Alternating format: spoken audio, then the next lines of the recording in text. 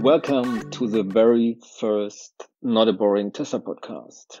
I was thinking long and hard how to open this, and just today I saw this great interview with Neil deGrasse Tyson, and everyone who knows him knows he can talk quite a good game. So I would say, why I don't let Neil deGrasse Tyson tell you what this podcast is all about and why we as a community really stand behind Elon Musk's projects and why we think it's important to talk about it and inform people of his ideas and projects. Influence society the most in the long run. Zuckerberg, Steve Jobs, Elon Musk, Jeff Bezos. I already have my answer, it would be Elon Musk. Think about it. As important as Steve Jobs was, no doubt about it, you have to add him to Bill Gates because they birthed the personal computing revolution together. Here's the difference. Elon Musk is trying to invent a future, not by providing the next app. Why do I hear millennials say, oh, it would be awesome if you could pass the salt?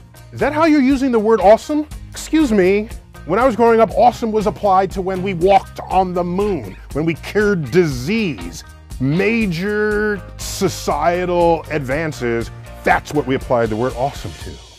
And so what Elon Musk is doing is not simply giving us the next app that will be awesome on our smartphone. No, he is thinking about society, culture, how we interact, what forces need to be in play to take civilization into the next century. And it has to do with transportation. It has to do with space exploration. Why? Because there's unlimited resources in space. Resources that on Earth we fight wars over. In space, you no need to fight a war. Just go to another asteroid and get your resources. A whole category of war has the potential of evaporating entirely with the exploitation of space resources, which includes the unlimited access to energy as well. That's where Elon Musk is. Those are the kind of people who transform not only society and the apps that are on your computer, he will transform civilization as we know it. Elon Musk is deeply respected by everyone who works in his company, by anyone who owns a Tesla. People who own Teslas love their Tesla, right? There aren't many cars that have that relationship with their owners. Anyone who knows and cares about space exploration knows and cares about Elon Musk. And there's a subset of them who say, other people don't realize it yet, but we are on the frontier of the future of civilization. I don't think he gets his full due from all sectors of society, but ultimately he will, when the sectors that he is pioneering transform the lives of those who are currently have no clue that their life is about to change. Go Elon Musk. And I don't care if he gets high.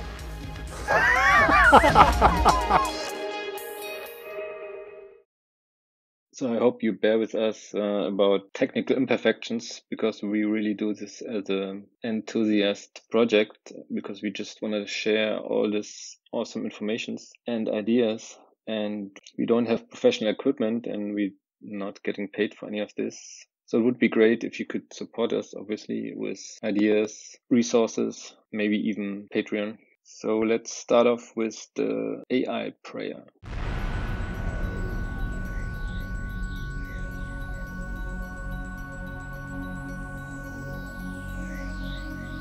Our Lord that is in Bel Air, hallowed by thy name. Thy kingdom come, thy will be done, on earth as on Mars. Give us our rocket launches, and forgive us our fake news, as we forgive those who trespass against us. And let us not into temptation, but deliver us from CO2 emissions.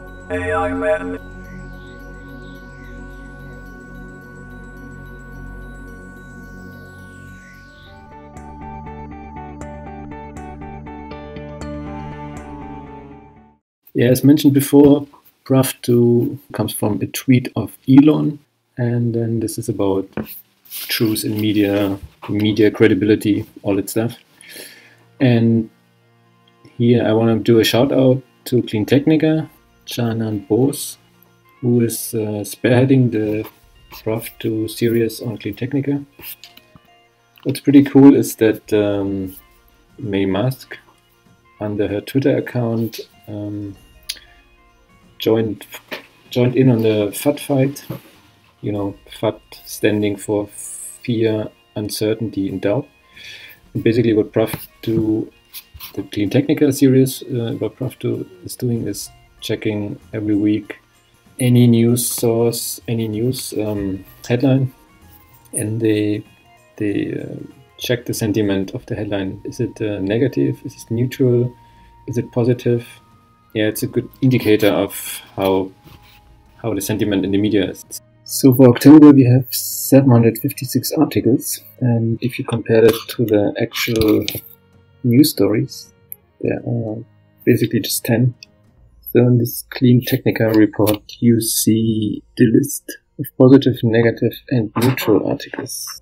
Last week there were more positive articles than negative, and that's pretty much because there's no negative news to report. Nevertheless, if you check about the most reported articles, the SEC is still the number one with 101 articles. Which is kind of funny because there is nothing really new about SEC. It was the settlement, and all in all, it was not really material to anything.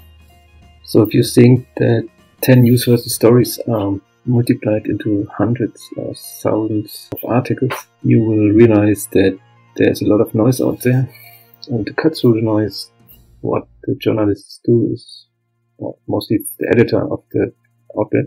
They're writing controversial headlines, and probably also, I mean, in the article there's also controversial statements, because those create disbelief and some kind of shock, and those will result in more attention and clicks, because people think, well, what does people think? That cannot be true what they say. So they click the article, they read the news, and that's good for the publication. What's pretty cool is that Clean Technica also gives us the raw data. So there's a link. You can actually get to a Google Sheet with all the articles, article headlines, and the link to the articles. So you can check it out for yourself. And here we go into this list and search for SEC.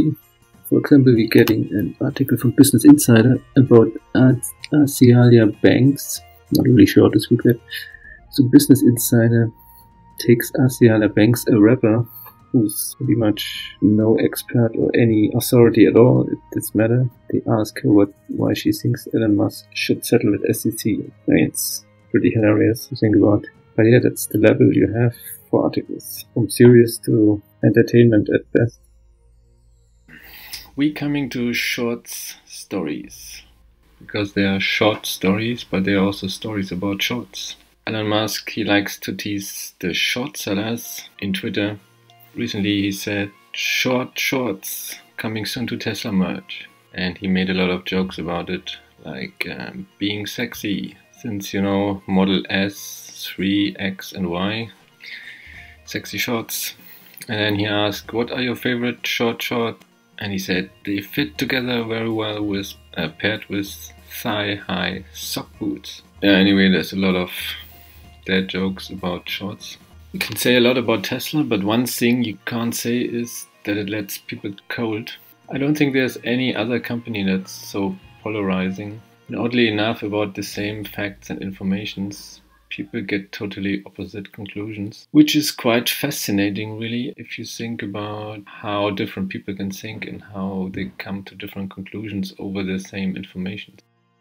With Tesla being one of the most shorted stocks on the market, the list of short sellers is quite extensive, but arguably the most famous short sellers are Jim Chanos, founder of Kynikos Associated, David Einhorn, founder of Greenlight Capital, and Mark B. Spiegel, founder of Standful Capital.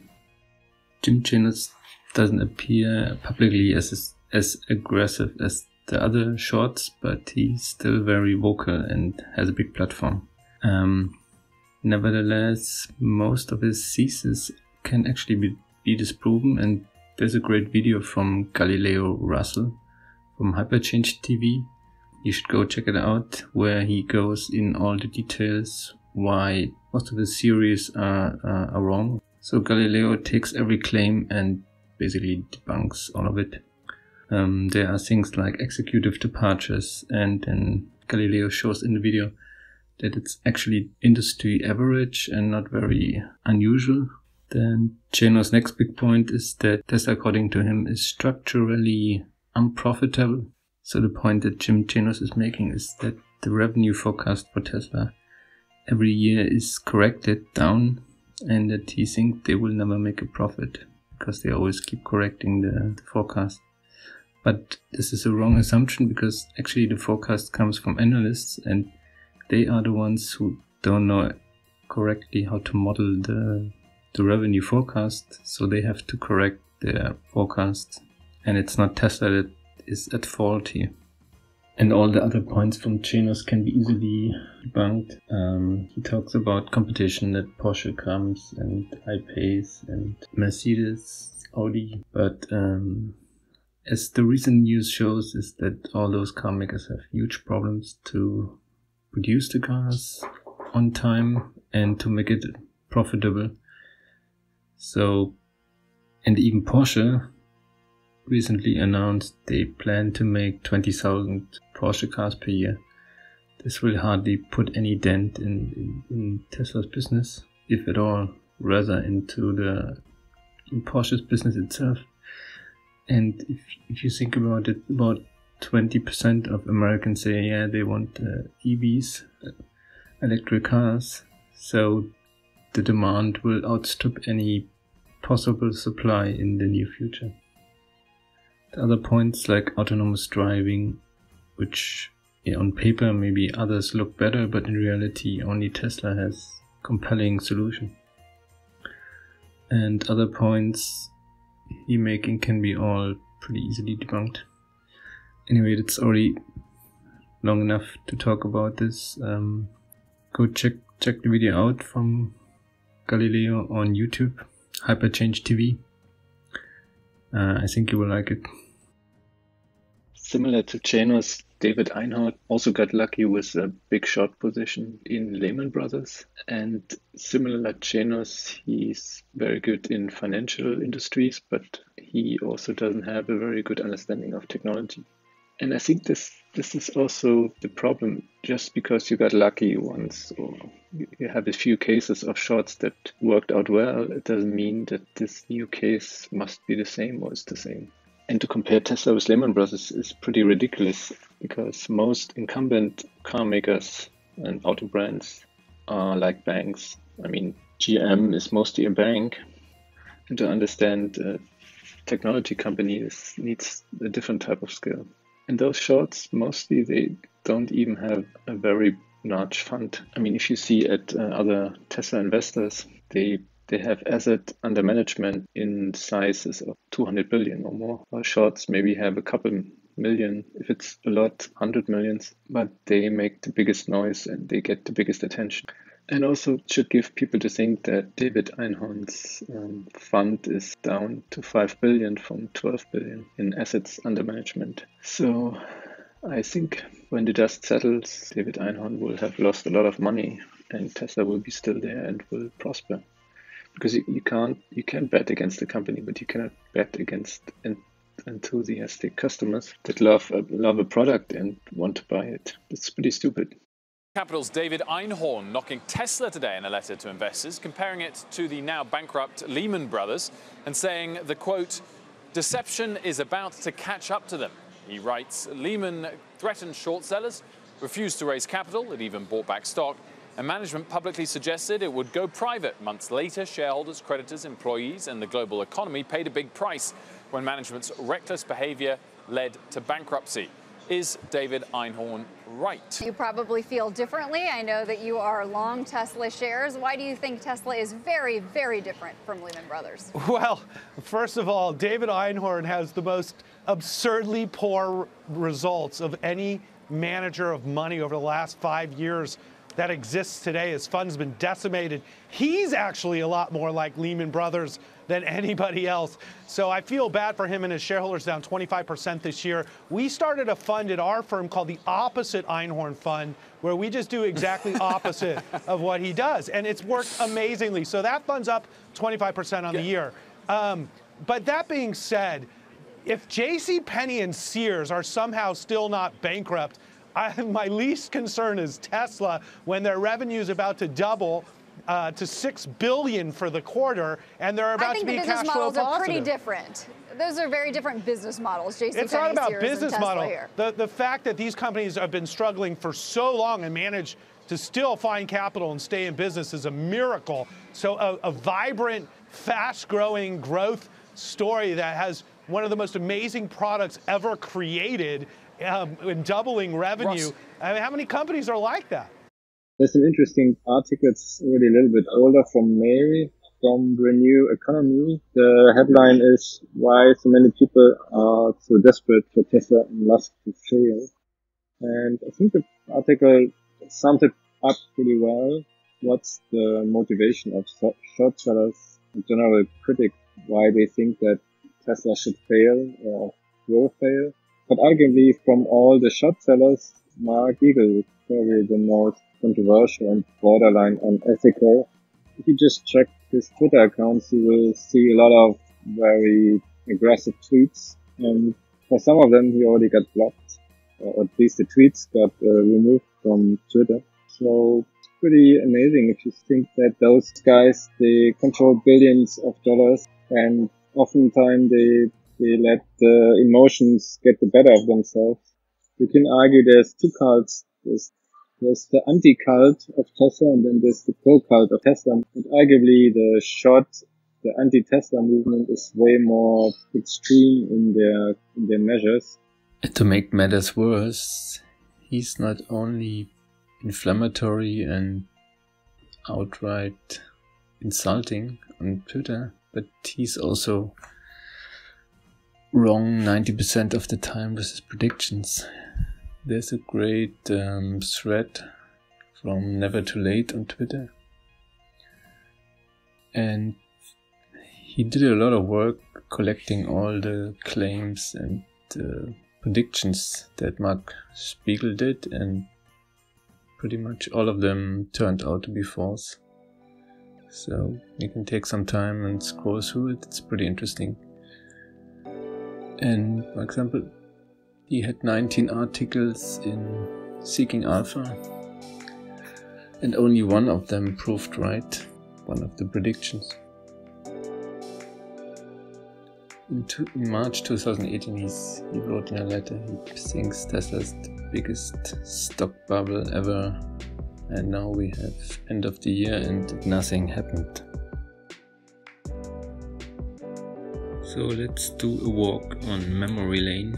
I think it's always fun to look back in history and what people talked about Tesla some years ago and how that turned out nowadays. So it's always fun to make predictions and to tell the world as a journalist what do you think is gonna happen. But if you go forward in time a couple of years and then see what actually happens, then you can see which journalist had a good understanding of the matter and which journalists talk nonsense. And also about the shorts, you can evaluate what they actually understood, or what did they get right and what did they get wrong. So let's start with the biggest elephant in the room. According to Green Car Reports, Volkswagen should be the biggest electric car maker by now, according to an article in April 2015. And I think Volkswagen earns the unpopularity award here, because not only did they cheat in the Dieselgate, but they're also promising for, I think altogether probably 20 years. Every year you hear from the incumbent car makers, you hear, oh, we will have a new green technology, and then it never happens. And I think Volkswagen is one of the worst, who's always claiming big things to come and then it never realizes. I mean, not even a little bit, it's just pure BS, and a lot of the media, they just take it at face value. So yeah, check out those Wired articles. Basically in 2010, Volkswagen claimed to be the biggest EV maker in 2018. Now it's 2018, 2 months left. I don't think they're gonna beat that. So many people say, oh, Tesla's lying, but actually everything they said they fulfill and they make it come true. Maybe not 100% on time, but who can predict the future? So obviously there always can be some unforeseen problems or issues, but they always fix them and then eventually they deliver. while the incumbent comic is they just have big marketing announcements, and then later they figure out, oh, it's difficult, so maybe we don't do it, or we do it slow, and then it dies down and nobody talks about it anymore.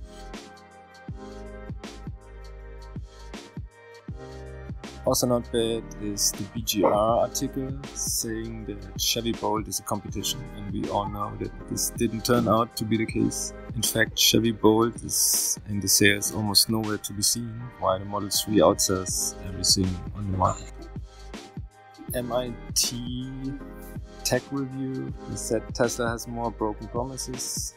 While generally the article is not completely wrong, and Tesla will probably not, as promised, deliver 500,000 cars in 2018. It will for sure come quite close with 200 to 300,000 estimated deliveries.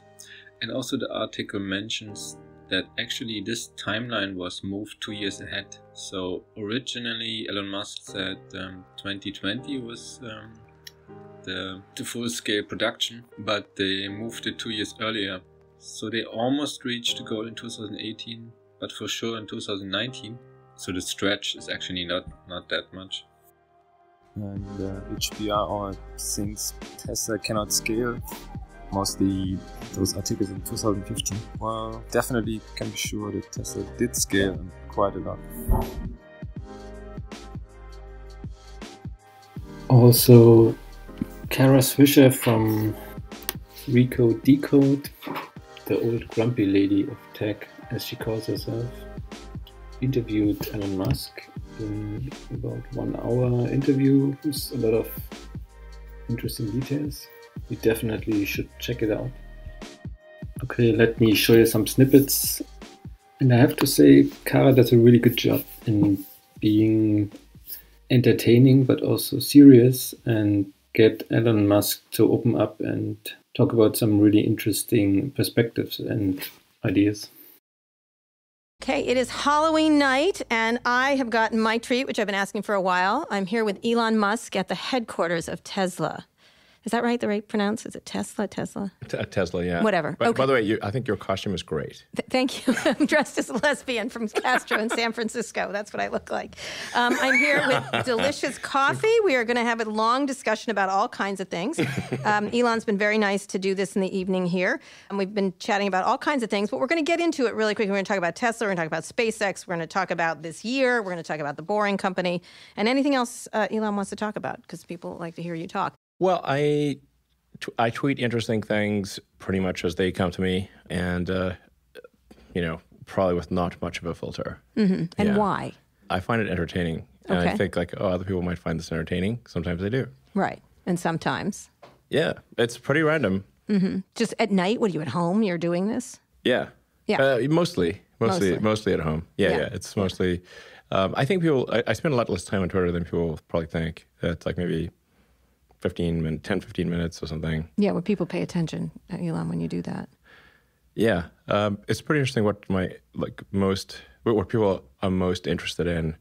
I mean, I liked some little tweet about I love anime. Mm-hmm. That was it. Mm-hmm. But it was like lowercase I, black heart anime. And it was like, and people loved that. Mm-hmm. That was like one of my most popular tweets. All right. What about the things they didn't love? Are you under strict orders not to do that? Is that correct? Will you be? Will you have to change your Twitter behavior?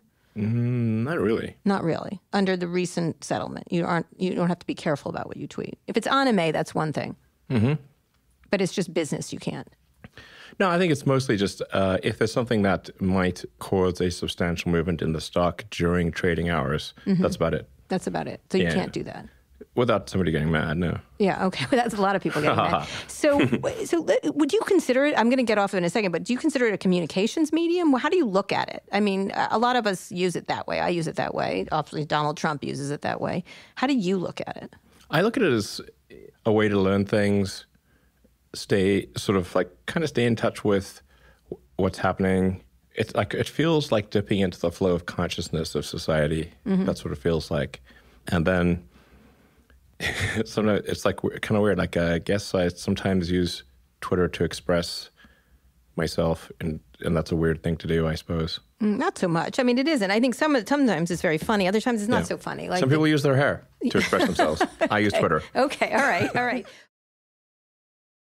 On other noteworthy news, Kimball Musk, Elon's brother, was trolling Stuart Varney on Fox Business, who was very eager to ask him about the choice of the new Tesla chair, Robin Dunham. But Kimball, cool as he is, kept talking about his own project, the Plant a Seed a Day. And after several trials of Varney to get Kimball to comment on this choice, he finally lost his cool and said, nobody cares about Plant a Seed Day. We are a big business news network. But Kimball kept his cool and just laughed it off, which gave Kimball and his project a great PR, actually. So you can say the trolling force is strong in the Musk family.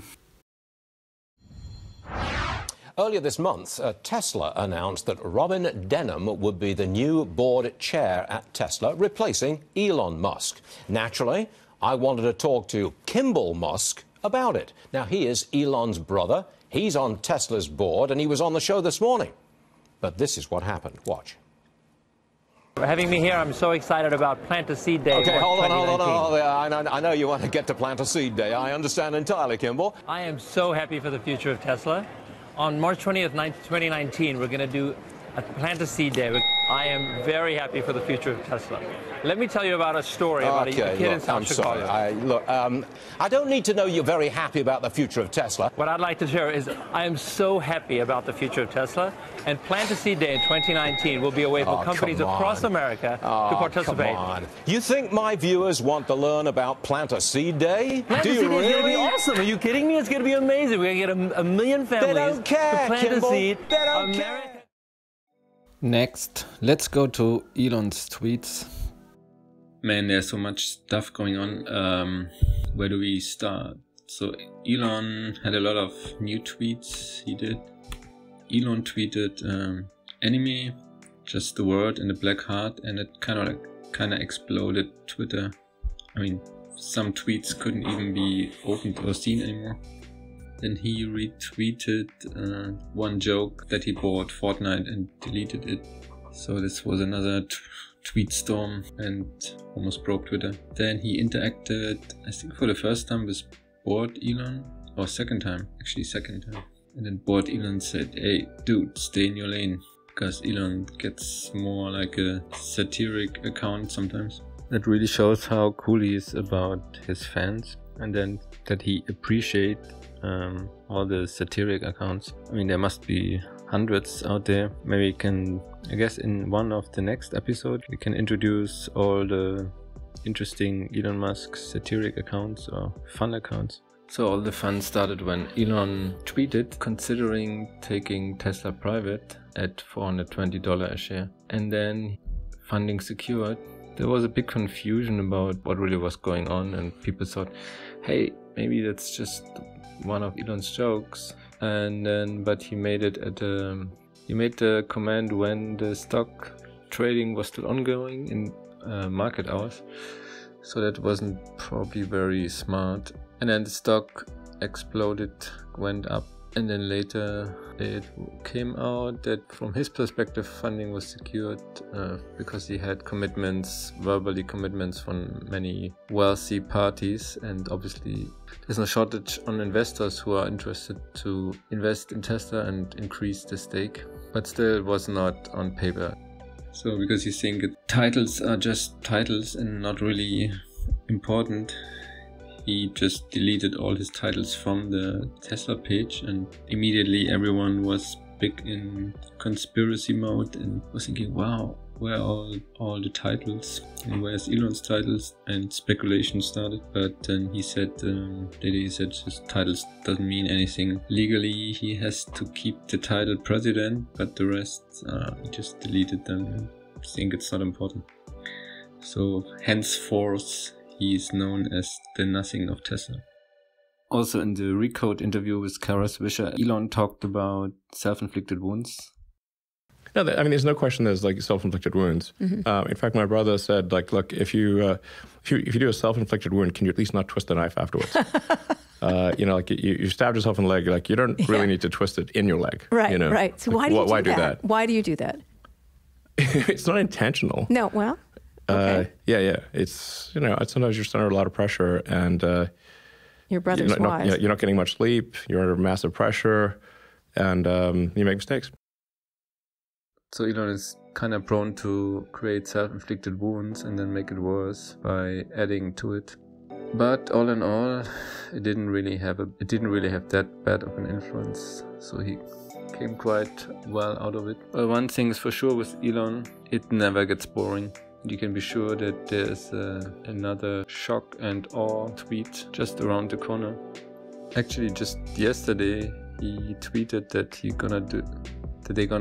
the Boring Company is gonna hire a knight in shining armor because they plan to build a watchtower, for the Boring Company. And they're looking for a knight to insult other people, just like in Monty Python's The Knights of the Coconut. And he also said they're gonna do a DIY set from the Boring Company because they have this new stone they created. They made the machine, and this machine can create earthquake-proof stones. And kind of like a Lego type of thing where you can put them together and build your own stuff fairly quickly. So I would say this is something like maybe the IKEA of building. So yeah, this will be interesting going forward. One thing is for sure, it's never gonna be boring with Elon. What was pretty cool is that Elon replied under one of my tweets. I was showing him a cool castle that is near my hometown, and it's being used as actually people are living there now. It's like restaurant and museum, and but also people really live there full time and tend to it and keep it do renovations and things. And I really liked his answer because he did this pseudo coding thing where he wrote while not castle brick ++, which is not really programming code, and it wouldn't really make sense, but it's something like high-level code you would write if you think about an algorithm and you like designing an algorithm. So that really shows like Elon is total nerd and engineer at heart.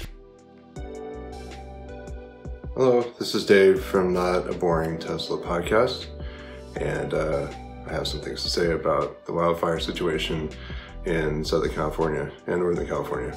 A few days ago, a couple wildfires broke out here in Southern California, just south of where I live. Two of them broke out pretty much the same day. It was Thursday, November 8th.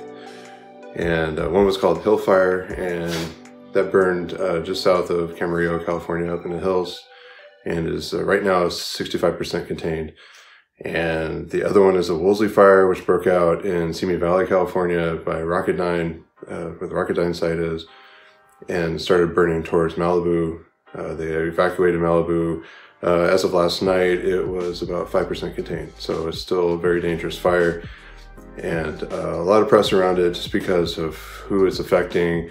A lot of celebrities, a lot of very valuable property and wildlife refuges and campsites and beach areas. So a lot of those areas were featured in film and commercials, and they're being changed forever because of this fire. So a lot of politicians have come out in support of it. The new acting governor of California called for a state of emergency so we can get additional funding and resources. Elon came out and said, he said in a tweet on Friday night about 9:10 p.m., if Tesla can help people in California wildfire, please let us know. Model S and X have hospital-grade HEPA filters, may be helpful for transporting people. Someone asked, hey, what about the Model 3? Is it still good enough? He said, it's good, but not hospital-grade. S and X were designed to be proof against an actual bioweapon attack. It requires a giant filter with separate acid and alkaline gas neutralization layers, not enough room in Model 3. So we all kind of knew that. Those of us that follow and own the Teslas, we know that the Model 3 doesn't have bioweapon defense mode. We didn't buy it. It was offered as an option on the S and X for a while, and then it became standard, especially in the X first, I believe, and then the S followed suit. A lot of the naysayers that posted on Elon's tweet later pretty much called him out and said that he was advertising the product and using the California wildfires as a backdrop for that. I can kind of see why they think that. However, he was specifying the S and the X as having the bioweapon defense mode so that people don't get confused that the 3 does not. And then he had to further clarify that in another tweet I just read. So I don't see that as advertising. It's more of, hey, S and X owners, you can help out with the wildfires. If you're in the area, you can help evacuate, you can help transport people to hospitals and clinics that have respiratory issues. They will have relief when they're being transported. That matter. I mean, the smoke south of here is horrendous, and those areas are really being affected. And anybody with asthma or other respiratory illnesses can have very big issues with their health in those situations. So I see it as an altruistic move on Elon's part. A lot of people did not and chose to criticize him and criticize the people that were dealing with the fire. And I think that's deplorable. And if you look at the history of California wildfires, we've had some of the largest and most destructive fires here in recorded history. And how do you dispute that when we're still in a drought? Scrub Oak and the chaparral and the grasses here are extremely dry. There's no moisture in them whatsoever. And they can actually measure that. And they can tell how destructive a fire will be when it rolls through these areas and the fuel is so dry that it just goes up very quickly and travels very fast because of the winds. So it really is a perfect storm, if you will. And that's why we're seeing these destructive fires roll through here very rapidly and destroy thousands of homes and lives.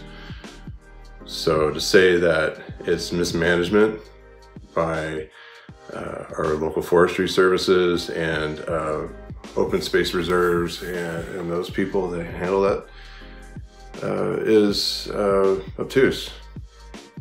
Plain and simple. It's ignorance. And coming from someone who's an EV advocate, someone who's an environmental advocate, it's disheartening to see leadership not put the blame squarely where it belongs, which is our inaction to curb climate change. So when someone like Elon, who is not a politician, comes out and tries to help the situation and gets knocked down, all of us who want to see people like Elon and Tesla succeed, we come out and we try and rebut those claims because they're false, plain and simple. So if you think petroleum is our future, you're on the wrong side of history.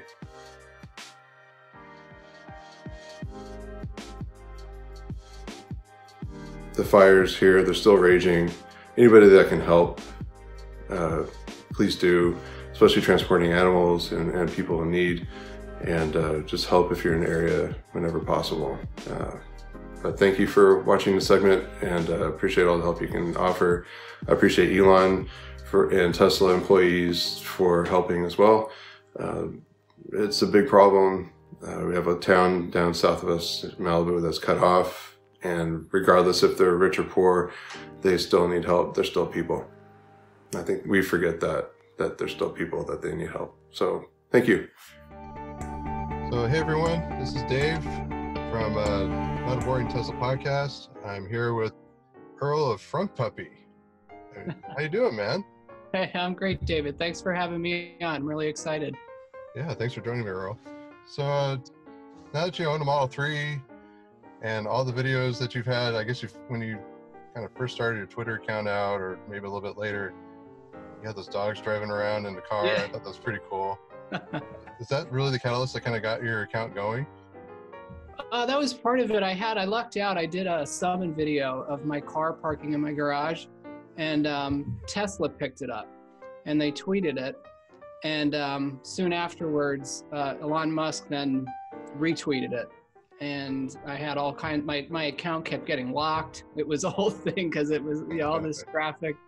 And then after that, it was pretty exciting. So I thought, what could I do next to make a cool video? And then you have Summon now, and you look at your dog and think, oh, he could drive that car. So it took me, just 2 hours of working with the dog actor, but we got this 13-second video clip. And yeah, I got a lot more traffic after that and kind of went from there. Very cool. Yeah, I don't think anybody ever tried to do that before with their animal. That was pretty cool. Pretty neat. Did you ever think that would be well received in the Tesla community after you did it? Did you think people would think it was silly, or did you think it was going to be kind of the viral thing that it became? No, not at all. It was entertaining to me, and but I thought, hey, if a couple people like this, that would be cool. But then the folks at Jetta Wireless Pad, because in the video, my dog Norman, he hangs up his phone on the wireless charging pad. So they picked up on that, and then they reached out to me and sent me a message. Hey, can we put them in our emails? And like, oh, this is great. Sure, do whatever you want with it. So yeah, a lot more traction than I thought. Very cool. All right. And did the Frunk Puppy thing kind of evolve from that, or how did that start? Yeah, it was kind of related. I figured I needed a name for my dog that would blend kind of a Tesla idea. And I came up with, I couldn't tell you when, but I came up with this word Funkpuppy, and I thought it was a funny last name for a dog. So his full name is Norman von Funkpuppy on Twitter, and he has his own little page, of course. And then I decided, well, if he's Funkpuppy, he should probably have some pictures in the frunk, and take some of those. And, in my Twitter fashion, I just start bugging people online, hey, I see you have a dog. I see you have a Tesla. Why don't you put him in the frunk? And nobody would really do it, as they shouldn't, I guess. But I kept at it long enough, people actually started to occasionally just post a picture of this Frunk Puppy thing. And then it took off a bit when Trev from Model 3 Owners Club, he put his cat in the frunk. Mm-hmm. And then a lot of people saw that, and then I got a little more traffic, and now it's just really caught on. It's kind of crazy, but yeah, it's pretty cool. It's really cool. Okay, so aside from all that attention that you're receiving from Frunk Puppy and the driving dog, besides that, on Twitter, what's been, or maybe not even on Twitter, what's been your coolest experience being a Tesla owner? I think what I had really prepared for is the community that really comes along with the car. You meet a lot of people online, you meet a lot of people on Twitter, and then you meet that just are interested in the car. They want to come up to you and talk. 6'4". He's like, oh, I want to see if I can fit in your back seat. That's it, right? And so, yeah, I let him sit in the car. He's like, oh, this has plenty of headroom. And it is, you don't really expect that. It was a lot, especially when I first got it, people kind of coming up and asking about it. My wife wouldn't even drive it for a little while because people would come up and ask questions like, how do you charge it? And how do you do various things? And she had no idea. It's just like trying to go to the store. But I love it. I think it's great. It's a nice way to meet people, especially at the superchargers. You pull in, usually there's somebody else there. You're typically going to talk to them. And I really like that. I like that part of ownership. And I hadn't really thought about that when I got the car. No, I have a friend of mine who has a Model X, and he calls it Tesla time. Whenever those Falcon doors go up, oh yeah, yeah, it attracts people, and he has to spend 10 minutes explaining the car, and it's still kind of cool though. It's kind of good advertising for the brand.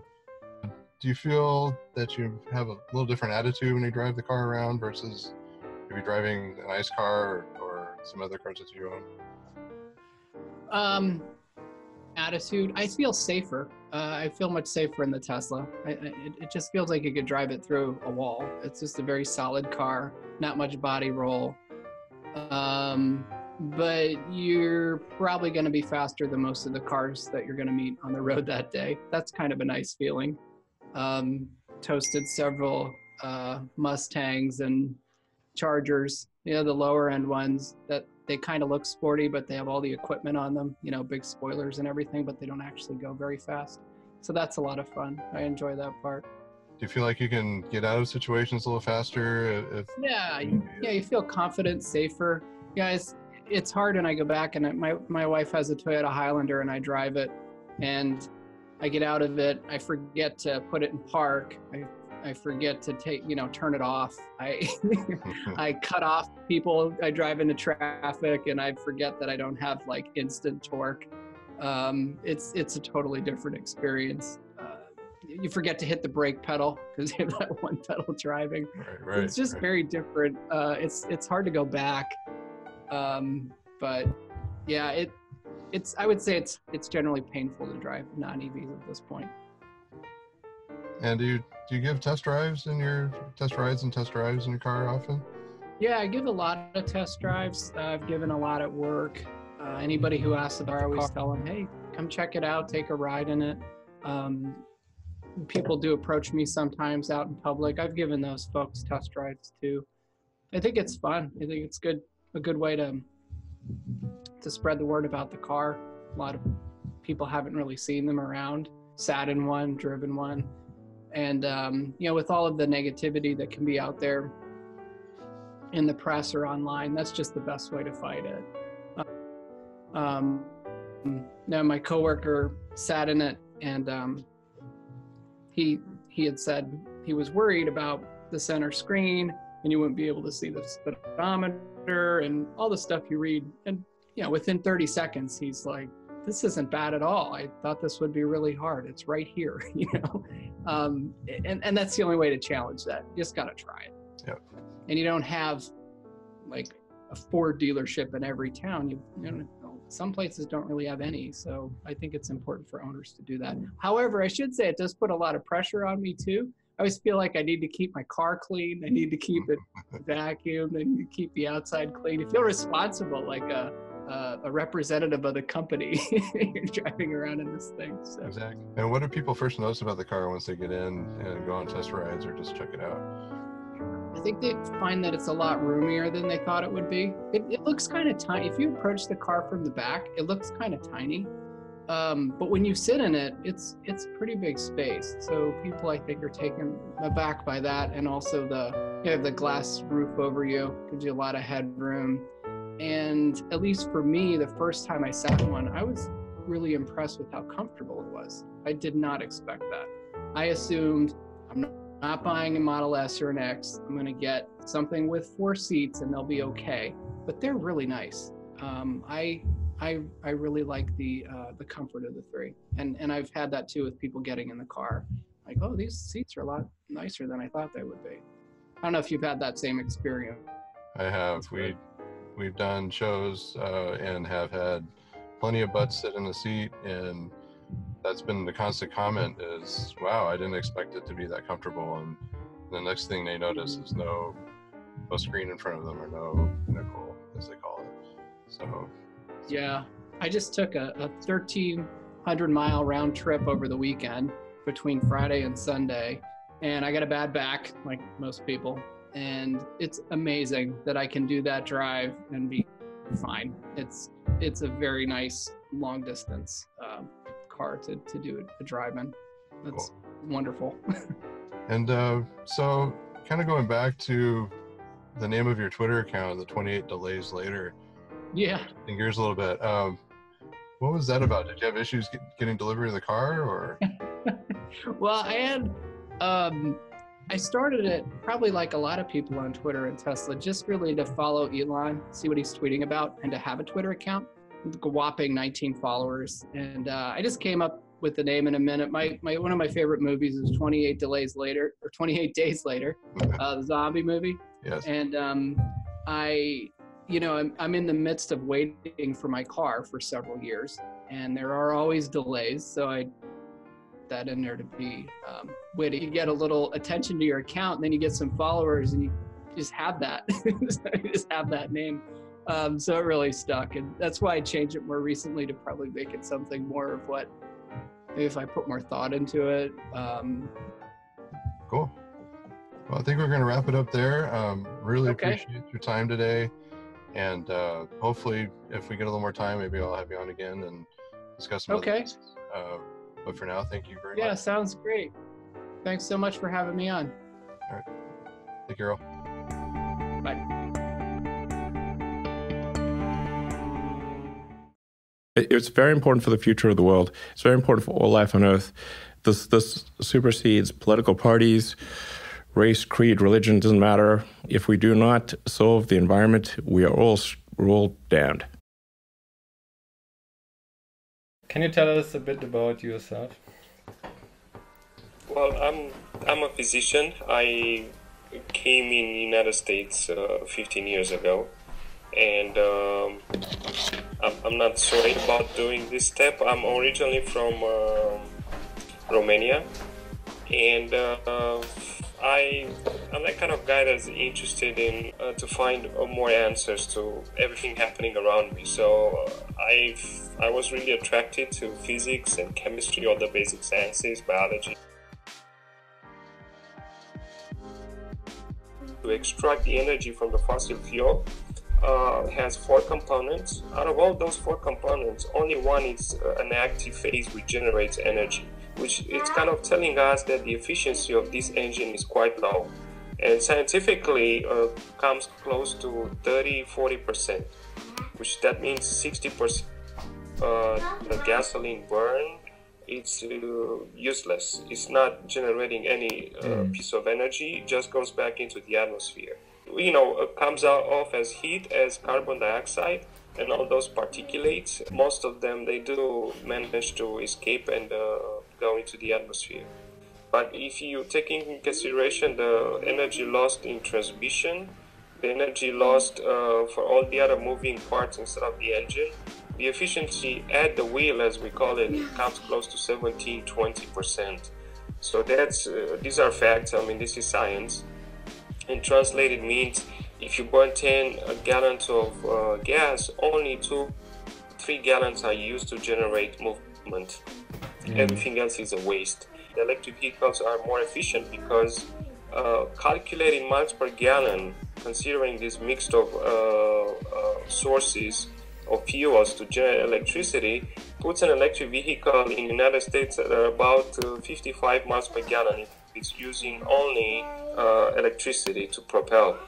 So I would say that Tesla gets twice better miles per gallon. There's this typical argument that people say, okay, but electric cars getting the energy from coal or gas or some fossil fuel energy sources. How does it translate to the energy efficiency? Yeah, I think it is a misconception, and I'll tell you why. When you are powering your car from the grid, not all that energy is produced from fossil fuel, and each state is using a different mixture of nuclear source, of wind energy or solar energy or fossil fuel. In average for United States, this mixture comes close to 64% of fossil fuels, and the rest up to 100% is renewable energies. On the same token, another thing to be mentioned is Tesla is moving without producing carbon dioxide. That carbon dioxide is produced on a plant somewhere, but that BMW being driven on the streets, it is producing carbon dioxide, which goes into the atmosphere. And here we talk about the smog effect, which we see in big urban areas, which comes solely from, obviously industrial plants around the city, but also from the cars, which are releasing the fumes into the atmosphere and stay in that area. Yeah, so I think a lot of people underestimate the amount of disruptions that are happening. I mean, you have like efficiency, you have safety, you have durability. Pretty much on any aspect of a automobile, you have improvements. Yeah, when you compare both cars, if you look, let's talk about the cost. So you have two cars that cost the same. The gasoline car, you have to buy gas to move. On the electric car, you have to buy electricity, which is way, way cheaper. So, the savings in gas over a year for somebody that drives 10,000 miles comes close to $1,000, $1,200, okay? So then in 10 years, only savings in money is close to $12,000. And let's remember that Tesla have over-the-air system, which is able to diagnose and actually fix some of the problems with the car, so you don't have to go with the car to a service center to get taken care of.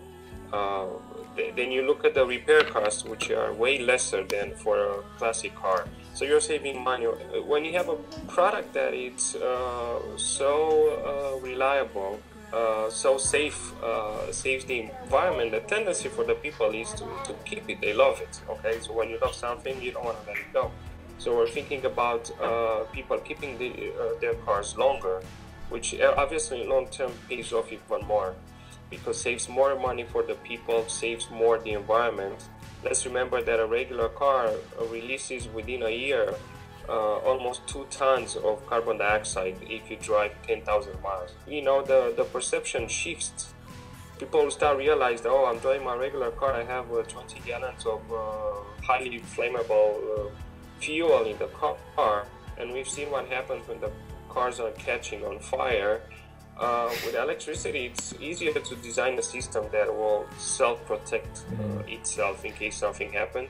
And obviously, lithium hydroxide doesn't burn as fast as gasoline. Yeah, you can. So it's way safer from this perspective. Like in the gasoline tank, all the mass is together. You kind of like separate in little pieces of gasoline. Yes. While in the battery, you have like little. Each cell is like encapsulated, and also there's like flame retardant and different protection mechanisms. And do you think this kind of like the thing what you said, that this is also the reason why people do this Tesla stretch?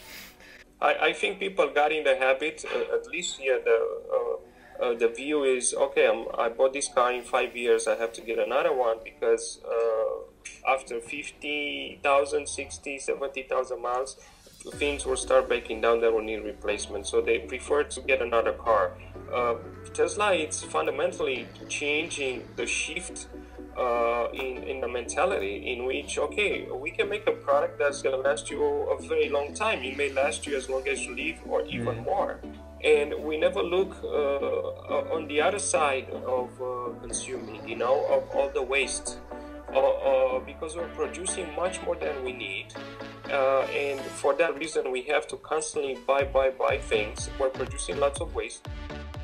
The traditional car makers and generally how the society works is like you try to sell as much as you can, and if you don't sell enough, then your business will break down and you would get bad ratings and everything. It's like all on this product, like the consummation cycle. It's like focus on that.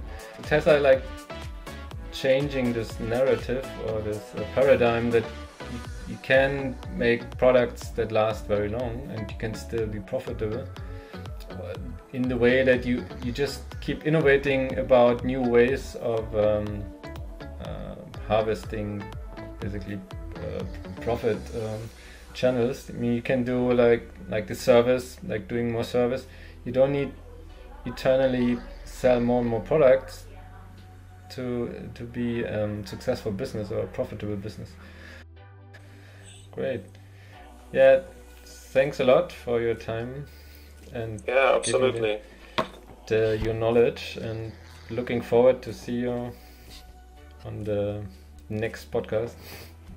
Okay, I hope it's gonna go well, and I'm curious myself about the feedback that we're gonna get. If they have any other questions, I think it's very important to speak about the simple facts, the science, so people will understand. For me, it's so clear, it's so obvious. I mean, there's no way of thinking twice. Oh, let me think again. No, there's no such a thing. And I think we should try as hard as we are aware of these scientific facts that will make for them also the picture very simple. Like, okay, this is the way we need to go. So if you're still around now at the end, then kudos to you. You must be really an avid Elon Musk nerd and super fan. In that case, please reach out to us and maybe you can support us in this podcast and help us to get this to the next level.